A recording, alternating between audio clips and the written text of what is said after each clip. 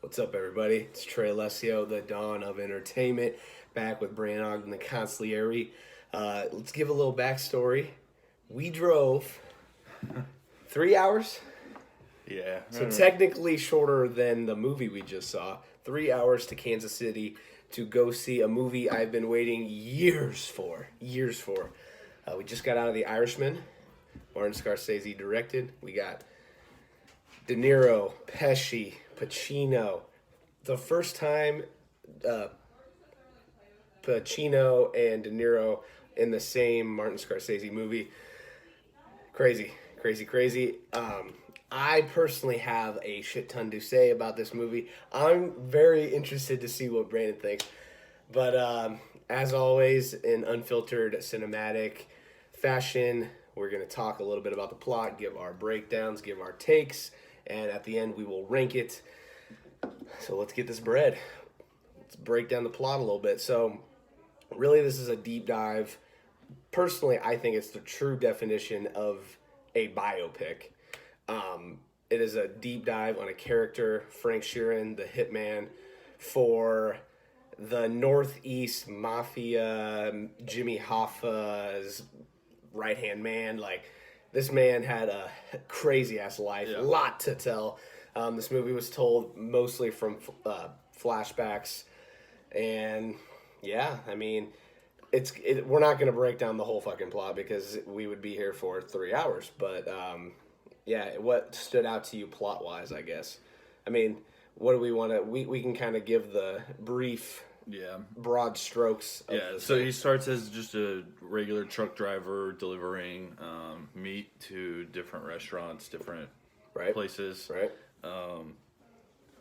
Gets fired because he delivered an empty truck. Or no, because he was stole. Yeah, he was stealing things. He was basically giving them to the Mafia. Right. So and they found out, and they put a little test in. They said they did the whole thing where, would you be willing to give names? And he says no, and that they found out. They're like, all right, this guy's a solid guy. We want to bring him in. Yep. And that's what kind of boosts it. And the guy in the beginning who you're talking about when his car breaks down happens to be Russell Buffalino, Joe Pesci's character, who happens to spring him into the life. Yep. So that's what kind of starts this whole thing. Right. Yeah. And so from there, he starts to become kind of in the Mafia. He's pretty much a hitman. For the Italian Mafia, he is an Irishman. Yep. So his nickname was Irish. Yep. They call him Irish. And then Jimmy Hoffa calls Russell and says that he needs kind of his own right-hand man. What's his name? Frank goes and is basically the right-hand man for Jimmy Hoffa. And then it grows into more. So this is based on a book called I Heard You Paint Houses, which is code lingo for mafia talk. Basically, if I ask you, do you paint houses? I'm asking you, do you kill people? Are you a hitman? And Frank Sheeran at first was just kind of an errand boy, but then they kind of...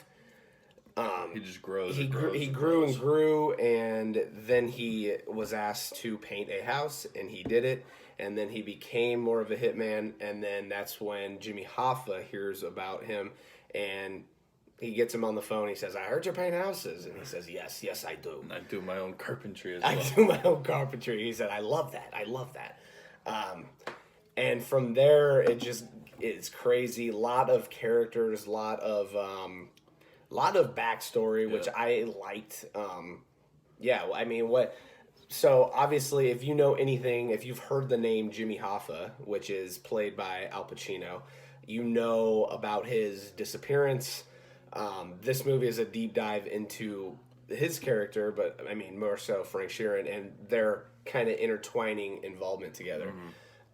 So I guess we'll spoil it. I mean, it's real life. There's not really spoilers. A lot goes on in between what I'm about to say, but according to this book, according to this movie, Frank Sheeran kills Jimmy Hoffa, and the Italian mafia behind it puts him in the incinerator and cremates him. Mm-hmm. So that's why nobody's ever found him. That's why no one has heard from the guy. But you could not believe that. You can choose not to believe that. But based on what I pulled from it was this is told from Frank's perspective, from the book that this was adapted from, and you can, I guess, choose whether to believe it or not. I personally do. But yeah. So at the end, he basically admits that he did it right before he dies. Not in the movie. That's real life. That actually happened. But yeah, in the movie he doesn't. He doesn't actually physically say that he did it. But I'm pretty sure in real life, I was watching like a little documentary on it.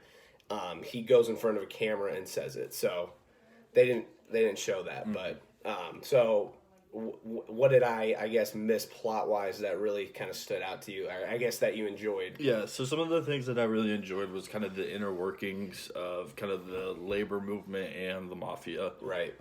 They were pretty much intertwined the whole time. The mafia was pretty much running the Labor Party. Right. And I think it's a real testament, and it really painted a picture of how fucking corrupt this was. Yeah. I mean, how corrupt Jimmy Hoffa was. Yeah. This man was taking pension money for the Teamsters, people who were in that union, taking their money and giving out loans to mobsters. Yeah. Like, what the fuck, to dude? build, That's like, insane. hotels and casinos Right. and just random It's things. just corrupt beyond all belief. And then one thing that I turned to you in the movie, and I'm like, damn, what do you think of this shit? I mean, obviously we didn't really talk about it in the movie, but we can talk about it now, is the political aspect of it. So based on this movie, based on the book, the mafia played a heavy part in getting John Kennedy elected. Which, this is pretty much known. This Right. is, like, factually, that part is known. That part is known. They were using dead people names to go vote for Kennedy, especially in Chicago. Right. And so, obviously, John Kennedy puts his brother, Bobby Kennedy, as, what do you know? Attorney General. Attorney General. And so, he made it his mission, Booby Miles, as Hoffa calls him in the movie, to take down the mafia, and to more specifically Jimmy labor, Hoffa. The labor movement with Jimmy but Hoffa. in real life, he did take down the mafia, but they didn't really touch on that. But they did touch on the fact that he had a bone to pick with Jimmy Hoffa, and so it really became Jimmy Hoffa versus the Kennedys. And at times, it felt like, especially towards the end, it was the mafia versus Jimmy Hoffa. And what I really enjoyed from this was I really felt that Frank, played by De Niro, you could really feel the pull from both sides. He was the middleman, and he had heavy choices to make, whether he sided with the mafia or whether he sided with Jimmy Hoffa. Because I genuinely believe, especially from watching this, that he loved both of them. He loved Jimmy Hoffa and he loved Russell Buffalino, but he had to choose a side. And honestly, like, he had to choose a side, yes, but it was basically chosen for him. Yeah. I mean, he chose the mafia over and ended up killing Jimmy Hoffa, but I just felt that emotion. Like, you could feel it in Robert De Niro's character. So I guess that's basically the plot. Let's kind of give our takes. What did you like? What did you not like? Give me some hot takes. What do you think? Let's start with, we kind of talked about it after. One of the things that was really hard to follow throughout the movie was where... Location. Location, where they were. Right. At one point we think they're in New York. Yeah. But they're like kind of in Philly. It's like Pennsylvania. Then they're like in Detroit. Right. And then he's in Chicago. Right. So it was just... It jumps around a lot, and you just don't get a good sense of where everybody's at. They didn't superimpose like location titles, like they did like once, I think, which is interesting, but they didn't, like, every time it cut, they didn't really put it. So that part was a little confusing. Yes. Go on. Another thing was the beginning of the movie. It starts with Frank and Russell getting in the car. Right. But before that, he's old in the wheelchair. Yeah. So it's a flashback to that, and then another flashback. But yeah. Getting in the car to just drive to Detroit. Right. And so like it was really weird because then throughout the movie, there was like it was kind of like you said, it's like a flashback and a flashback and a flashback, right? In the sense that like you kind of feel like this movie was supposed to be taking place where like that trip was in kind of present day, yes, but instead it's past, and then we get even further events that were further in the past. Yes. Throughout. So, like, the timeline just gets a little bit kind of funky. That's fair. At certain times. That's fair. I will agree with you on the location part, but I think they did a good enough job on the... It didn't feel too jumpy to me. Like, it felt like it worked in terms of the flashbacks. Yeah, mainly because they did break it up pretty decently where it was pretty much everything in the past, and, like, then they would just kind of show them driving, and then... You know, I agree with you. Mostly the last act was then back to them basically in the car time frame. Right. So they did a decent enough job to make sure you knew where you're at in like the point of the story. Yeah. I do get the location part, but I do think that it worked. It didn't feel too jumpy to me. Yeah. Anything else that you kind of disliked, I guess? So it didn't need to be 3.5 hours. I think the last 30-ish minutes probably could have been cut. I think we could have...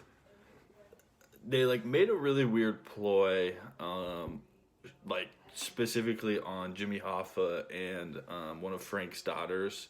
Yeah. And, like, we really don't know that relationship. And the only reason they did that was to set up that Frank's daughter, after Jimmy dies, or goes missing, like never talks to her dad again, and like that was the only payoff, and it just felt like it didn't they feel spent like so much Pacino of a needed focus. To be in that. Yeah, that okay, it felt to me like we kind of like wasted probably 20 minutes of our time on like that very narrow. Right. And I get why they did it. They wanted to do it because at the end he's trying to kind of repent. He admits he was a bad father. Mm-hmm. He goes to see her. She won't talk to him. Right. So like I get that aspect, but to me I think they could have cut off 30, 45 minutes if we just never really worried about Frank's family. Because they really, like, at the end of the day, weren't playing much of a role except for the one daughter that wasn't going to, like, end up talking to him. Fair. Yeah, I'll agree with that. Just because it was 3.5 hours. And listen, right. It's a good pace, 3.5 hours. I didn't feel like it, like, drug on, per se. It was long, for sure. Right. So you don't feel like you're in the movie theater that long. Right. Or it's long, but not, like... It didn't drag on. It just drags. Right.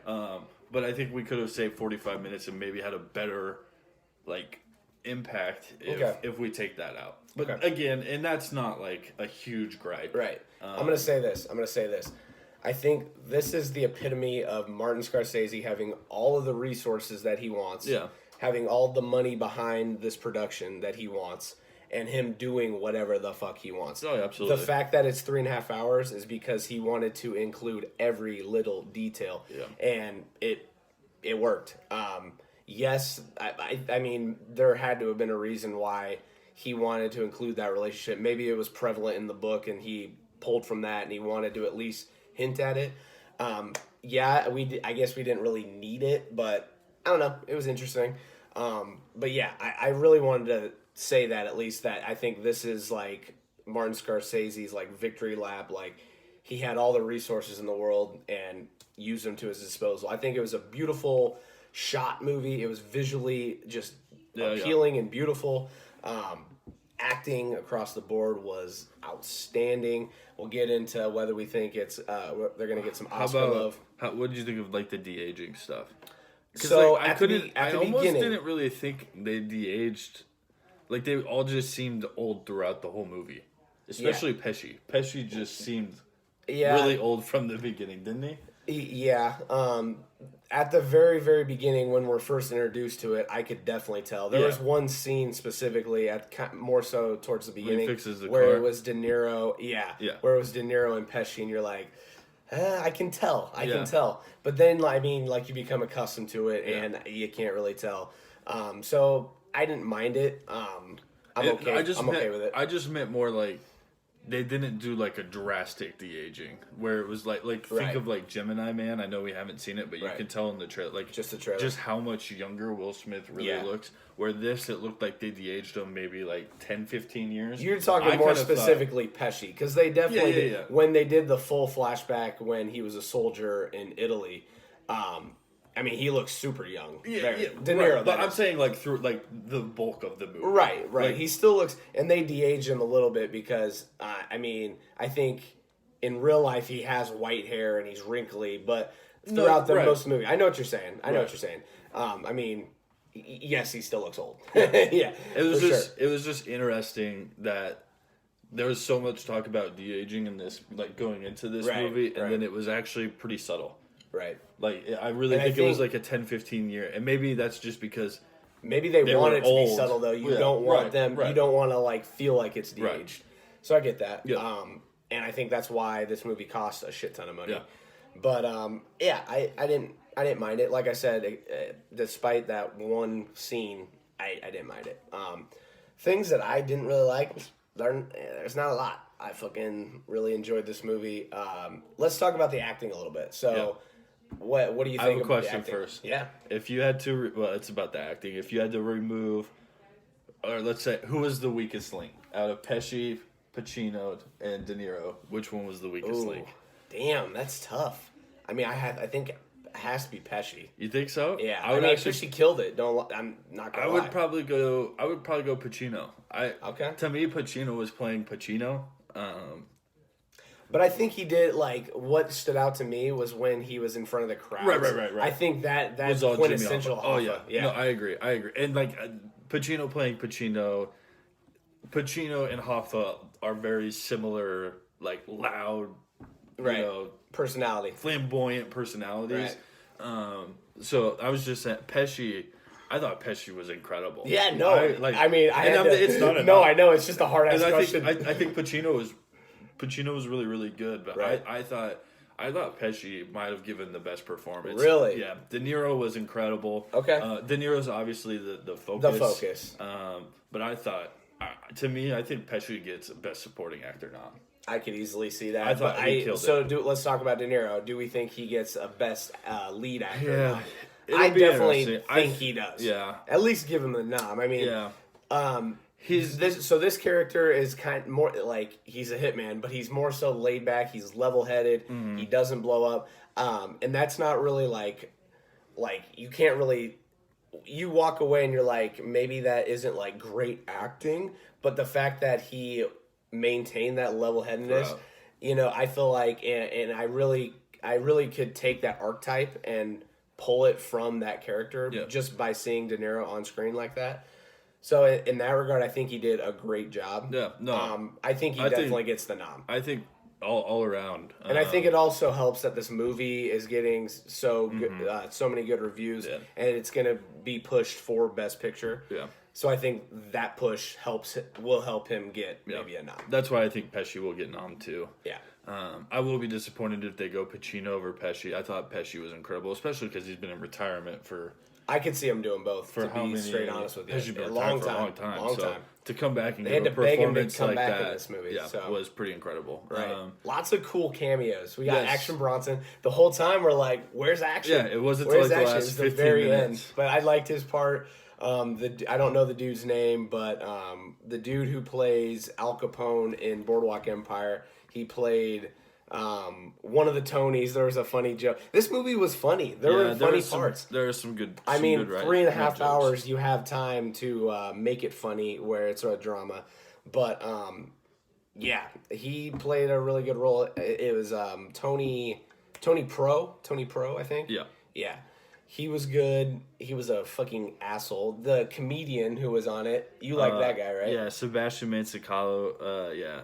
Maniscalco. Yeah, he was good. He was solid. Ray Romano was pretty good. Ray Romano was good. They pretty much it felt like any older Italian guy that had been in any type of like mob movie. Scorsese definitely used the Rolodex on this one. I even like Bobby Is it Carnevale? Yes, that's what I was going to bring up. He had a small role, but he killed it. He was really, really good. I liked him. He was more so in the beginning, but I liked him. This movie, I loved it. It was So very, very this good. movie is, in my opinion, Goodfellas on steroids. Like I said earlier, this Martin Scorsese had all the resources at his disposal, and he used them. I think this is Goodfellas on steroids. It is a mob movie through and through, but it's more so a biopic. It's just expanded 100%. So is this better than Goodfellas? Oh, shit. Goodfellas is like my favorite all-time movie. I think it's too early to tell if it's better. I loved this movie, straight up. And I'm excited to hear your ranking, because I feel like you probably know mine. But I have a pretty good guess. yeah, I really enjoyed this movie. I was going to ask the question, where do we rank it in Italian mob movies? But that's kind of putting us on the spot, so maybe we wait and do that on the podcast. But I think it definitely knocks on the door of some things. Like, it is a great movie. I liked it a lot. What do you think? Any last kind of final thoughts before we rank it? I think let's rank it.